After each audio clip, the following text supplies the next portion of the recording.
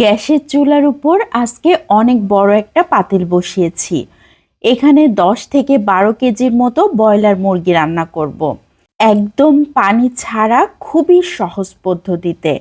প্রথমেই আমি ১ litre soybean তেল দিয়ে দিয়েছি, গোটা গরম মশলা দিয়ে দিয়েছি, এলাচ, দারুচিনি, তেজপাতা, লবঙ্গ। এলাচগুলোকে থেতো করে তারপর ব্যবহার করেছি। এখানে ১.৫ কাপের মতো পেঁয়াজ কুচি দিয়ে দিয়েছি।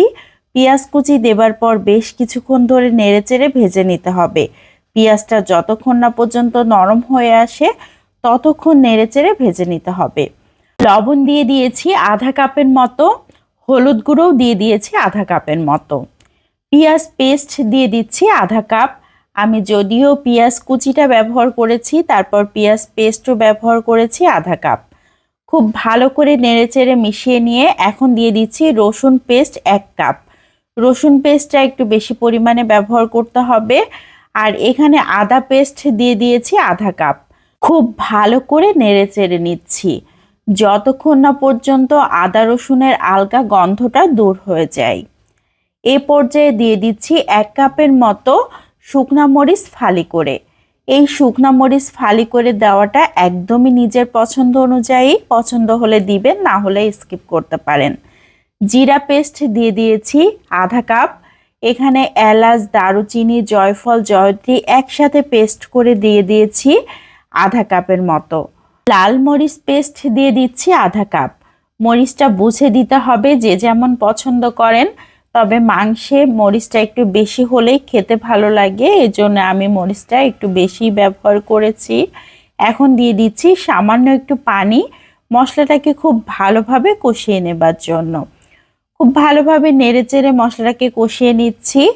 যখন খুব ভালো মতো সব কিছু মিশে গিয়েছে সে পর্যায়ে দিয়ে দিচ্ছি ধনিয়ার গুঁড়া ১ কাপ, গোটা জিরা দিয়ে দিয়েছি ২ টেবিল চামচের মতো। জিরাটা ব্যবহার করেছি যখন আমি ভাজবো তখন সুন্দর একটা স্মেল বের হবে, এজন্য। এ পর্যায়ে মশলাটাকে খুব ভালো মতো কষানো হয়ে গিয়েছে। এখন ব্রয়লার মুরগির মাংসগুলোকে দিয়ে দিচ্ছি। আমি মাংসগুলোকে আগে থেকে খুব ভালো করে কেটে ধুয়ে পানি ঝরানোর জন্য রেখে দিয়েছিলাম। এখন মাংসগুলোকে দিয়ে দিয়েছি।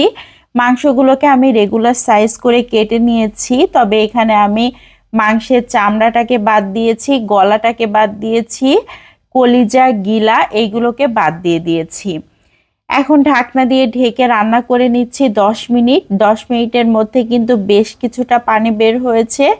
এখন নেড়েচেড়ে দিচ্ছি, মাঝে মাঝে কিন্তু নেড়েচেড়ে দিতে হবে, কারণ এখানে আমি কোনো ধরনের পানি ব্যবহার করব না। একদম পানি ছাড়াই কিন্তু আজকে রান্নাটা করে নেব। এই মাংসটাকে আমি একদম ভুনা ভুনা করব, এই জন্য এখানে কোনো ধরনের পানি লাগবে না। আমি ঢাকনা দিয়ে ঢেকে রেখে ১০ মিনিটের মতো করে এইভাবে রান্না করে নিচ্ছি আর নাড়াচাড়া করে দিচ্ছি, যাতে নিচ থেকে লেগে না যায়।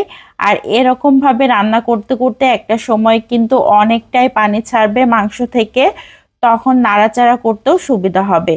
এখন আর ঢাকনা দিয়ে ঢাকার প্রয়োজন হবে না। আমি আরও ২০ মিনিটের মতো জাল করে নিয়েছি। দেখেন কত পানি বের হয়েছে।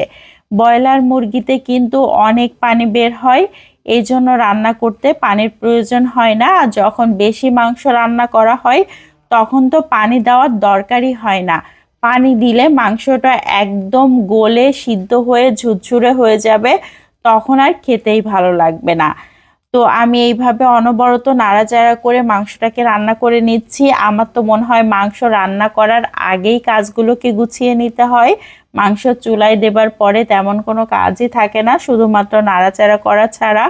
তো মাংস প্রায় রেডি হয়ে গিয়েছে। আমি অনেকক্ষণ ধরে এইভাবে নাড়াচাড়া করে একদম ভাজা ভাজা করে নিয়েছি। মাংসের নিচে তেল ছাড়া কিন্তু আর কিছুই নাই। মাংস রান্না একদম কমপ্লিট। চুলাটাকে বন্ধ করে উপর থেকে ভাজা জিরার গুঁড়া দিয়ে দিয়েছি। তো আমার আজকের এই ব্রয়লার মুরগির মাংস রান্নাটা কেমন লাগলো সবাই লাইক ও কমেন্টের মাধ্যমে অবশ্যই জানাবেন।